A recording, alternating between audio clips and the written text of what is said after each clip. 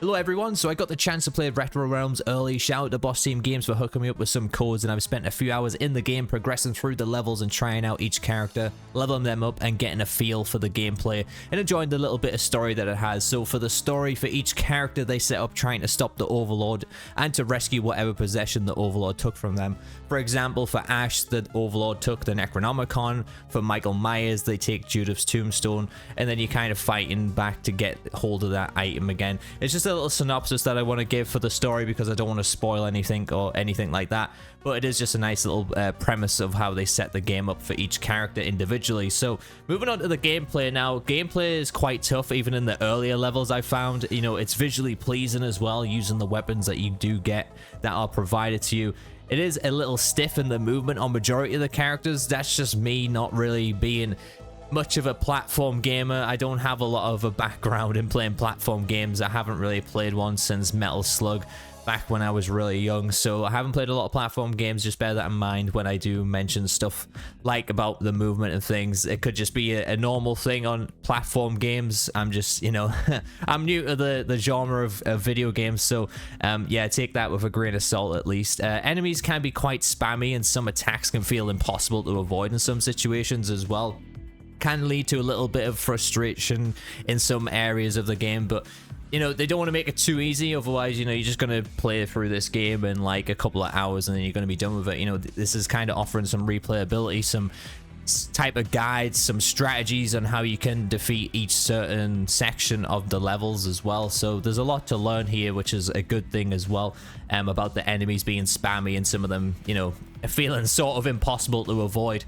The level design is great as well. Honestly, I love the level design. You know, it all looks fantastic to their respected franchise, and you know, they really do well with throwing in some little Easter eggs for each one. For example, you know, you'll see Ash's hand kind of like crawling along under the map as well. In the background, you'll see people being attacked by deadites, becoming deadites and things. And yeah, you know, in some sections as well, it'll be, you know, drawn from the movies or the TV show as well. So for example, you'll be in the cabin in the woods, or you'll be at Value Stop from Ash vs Evil Dead as well. You know, it's just cool things like that. And you know, for Michael, you know, you're waking up in sort of a mental institution that you've got to break out from. So there's some really cool level design going on with this game so far, from what I've played. There will be numerous amounts of hazards that you've got to avoid going through each level as well, just like any other platformer.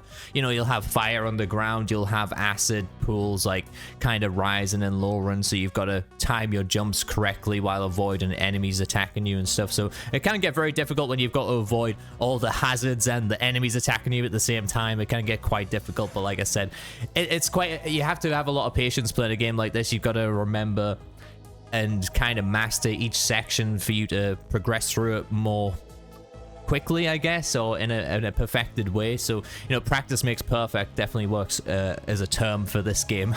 You'll also see a few well-known characters from the movies and TV show. Like I said, I don't want to give away any spoilers or anything like that. So yeah, there's a few well-known characters that you'll enjoy seeing in this game as well. As you're playing through the level, you'll also swap between the Nightmare Realm and the real world to access different parts of the level and to collect items in certain locations, because, you know, as you're going through it, you'll have to swap to the Nightmare Realm to unlock a certain section of the wall, so that way you can go through that and pick up a ticket or something along those lines, which I think is quite a unique mechanic, and it fits really well into the game and into the story. So, you know, it's not something really forced in there at all, but it is a really cool mechanic to have in the game. And as you're jumping into the Nightmare Realm, it's a bit more dangerous. There's more enemies, they constantly respawn, and you know, there's just more chaos going on, which is really fun.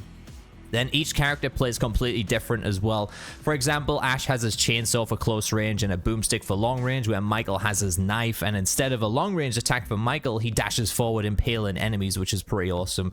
Kelly has a meat hammer and an M4 for her range attack, while Laurie looks like she has a wrench and a knife, so she has like dual wield weapons, which is pretty cool. And then her long range looks like some like 3 ninja stars being thrown out there. I don't know what to make of that, but it's pretty cool either way. There's also several items you can pick up along the way. For example, Ash can grab the Kandarian dagger to throw at enemies. That's my personal favorite, honestly. Michael can pick up pitchforks to hurl into several enemies, impaling them onto the wall. So you can just get a group of enemies, throw a pitchfork, they'll all get impaled on the wall and explode, and it's really cool doing that with Michael. Honestly, I've played a few boss fights as well. You know, they're relatively fun. You know, each boss so far is played differently. They have their own mechanics, as you'd expect in a platformer as well. You know, some of them will just spawn enemies and that's how you deal damage to them. Other ones, you know, they'll do certain moves and you've got to, you know, kind of make sure you're standing in the right spot or the boss will appear there and then they'll attack you. And so yeah, that's my overall summary of the gameplay. When you first pick this game up, you may find it a little bit clunky, a little bit slow, but you will get used to it eventually. Like I said, it's just a practice makes perfect game and you'll enjoy it once you do get the hang of things. And you know, don't get too frustrated when you first start up, because I was expecting to actually boss the game when I first looked. I was like, I've got this, and then I was quickly shut up then. When I came across a few enemies and some of the sections of the levels, which can get a little difficult from jumping and, you know, jumping on walls and things. It can yeah, it just takes a lot of practice and you'll get used to it eventually, but that's what you expect in a platformer at least. So that's a really good thing, and honestly I really enjoyed the gameplay, and you know, I didn't really want to put the game down to make the review. I just wanted to keep playing it today. So let's move on to the unlockables and things and what's on the side of the gameplay. So for the unlockables, as you're going through the levels, you can earn tickets which can be then spent in a souvenir shop in the arcade. So as you load the game up, you'll be walking around in an arcade. You can choose between Ash vs Evil Dead and Halloween at the moment. I don't know if there's going to be more licenses coming down the future. There probably will be, because I feel like they're going to be doing a lot more with this arcade. You know, it's a pretty simple, I suppose, user interface, but you know, it's really cool being able to go into different rooms and explore and, you know, look at the things that you've unlocked. So, you know, moving into that, like I said, there's a souvenir shop. You can collect your favorite items from each franchise. You know, for example, you can buy Ash's chainsaw, you can buy his boomstick, his power glove, his outfit with the tickets that you collect while playing the game. So you can kind of create your own little Ash vs Evil Dead museum or your Halloween museum, and you can collect all your favorite items from those franchises, as well as completing a world. So you'll receive a diorama of the world in the arcade to view as well, which I think is really neat. And looking at the little dioramas, I really love them. They look fantastic, and yeah, it's just a nice little thing to have a sort of grinding incentive to the game. If you want to have a whole completionist ordeal about it, you can do that with these unlockables, which I think is great. And there's also a room where you can view some of the behind the scenes stuff in creating the game as well. So there's a lot more detail going on here for, you know, for I suppose an indie game. There's a lot of detail gone into it here and a lot of passion, which I can respect a lot of. So moving on to the upgrades, the more you play, the more powerful you become as well. It's sort of similar to Hades if you've played that game. You know, you're not going to die and then restart at the beginning or anything like that. You know, there's like one checkpoint as you're going through each level pretty much, so don't worry about that. Obviously, just you can upgrade your characters and then go back and play previous levels as well. So this will be set on only like one run in particular. So for example, if I'm playing as Ash in the Halloween game, which is a really cool thing you can do in this as well, you can cross over and play on the different games as different characters. So for example, if I'm playing as Ash on the Halloween game, I will have to start from scratch with the upgrades again. So you know, it only goes to one save, these overall upgrades to the character, which I think is really cool. So you'll have to build them up again if you're going to do another run. But yeah, you can go back to the older levels with more upgrades to complete them faster as well, which is great. And some of the upgrades include increase in health, you know, special attack charge speed, new combos and moves to perform, which I think is cool. Certain ones won't be unlocked until you've completed worlds. For example, there is like 5 worlds on each game, so you know, for example, at World 3, you'll finally unlock something for Ash that he can use. And then moving on to the soundtrack. So I really wanted to mention how cool the soundtrack is in this game as well. The composer literally riffed straight from the IP score and transformed it into a match the arcade and the 80s theme that you'll really enjoy. Honestly, when I first loaded this game up, that's what really stood out to me, was the soundtrack for both games. You're just sitting there, like in the character select screen, you can just hear the music going in the background. It's really, really cool. For example, in Ash vs Evil Dead, you have Ash's theme there, and for Halloween, you have the normal Halloween theme, which is just, you know, it just sounds great, honestly. It fits the game so well, and you'll just be sitting there listening to that and just enjoying that, rather than actually playing the game, at least I was.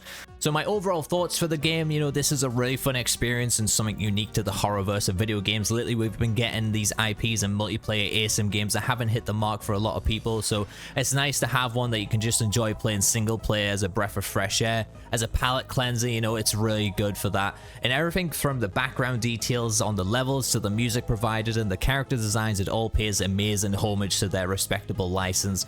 Not to mention the great artwork on the characters as well, which is something I personally enjoy a lot of when you're in the character select screen. Even when there's dialogue happening in the game as well, the characters will pop up, and yeah, I really like the design on the characters there. They look great.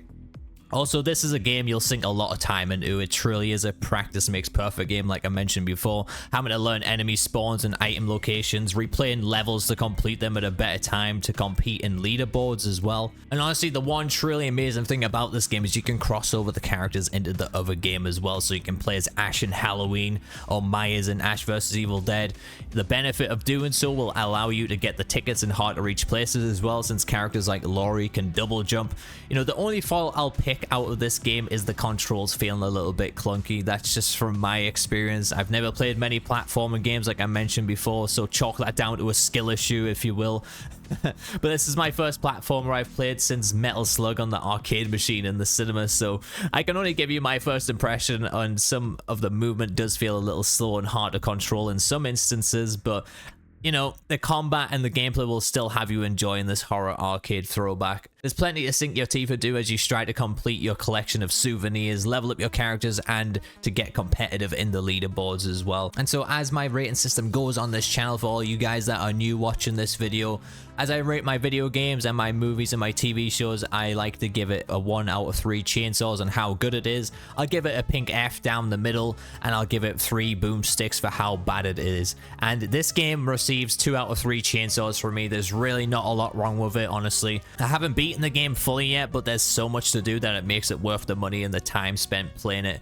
Trust me on this, it doesn't feel like a soulless cash grab like some of the recent horror stuff that we've been getting. It actually feels like a lot of passion went into this. It's been created by people who are genuine horror fans, and you'll just enjoy the experience if you're a Halloween fan, if you're an Ash vs Evil Dead fan. And like I said, hopefully we get some more licenses brought into this game, because I think it's really cool, and it's a nice little side game to play, or you know, like I said, it's just a great palette cleanser to have in your inventory of video games. Honestly, you'll enjoy it a lot. So thank you guys so much for watching and listening to this review. Hopefully you found it informative on your decision to pick RetroRealms up or not. I will say RetroRealms like Scooby-Doo. I'm sorry I say it so fast, and with my accent it sounds like I'm saying RetroRealms, but yeah, I do apologize for that, because y'all like to make fun of me for it. But anyways, if you are new to the channel, hit that subscribe button, leave me a like on the review video as well. Hopefully you enjoyed it. Also, I will pin a comment to the collector's edition that you can pick up for this game. Full disclaimer to everyone, I do get a little bit of commission if you do buy a collector's edition there. It's not a whole lot, but it does help me out a little bit. If you are deciding, or if you're on the fence about picking this game up and this review helped you decide if you want to pick it up or not, you can pick up the collector's edition there. So thank you guys so much for watching. I've been Pixel, my awesome views. I'll catch you guys in the next one.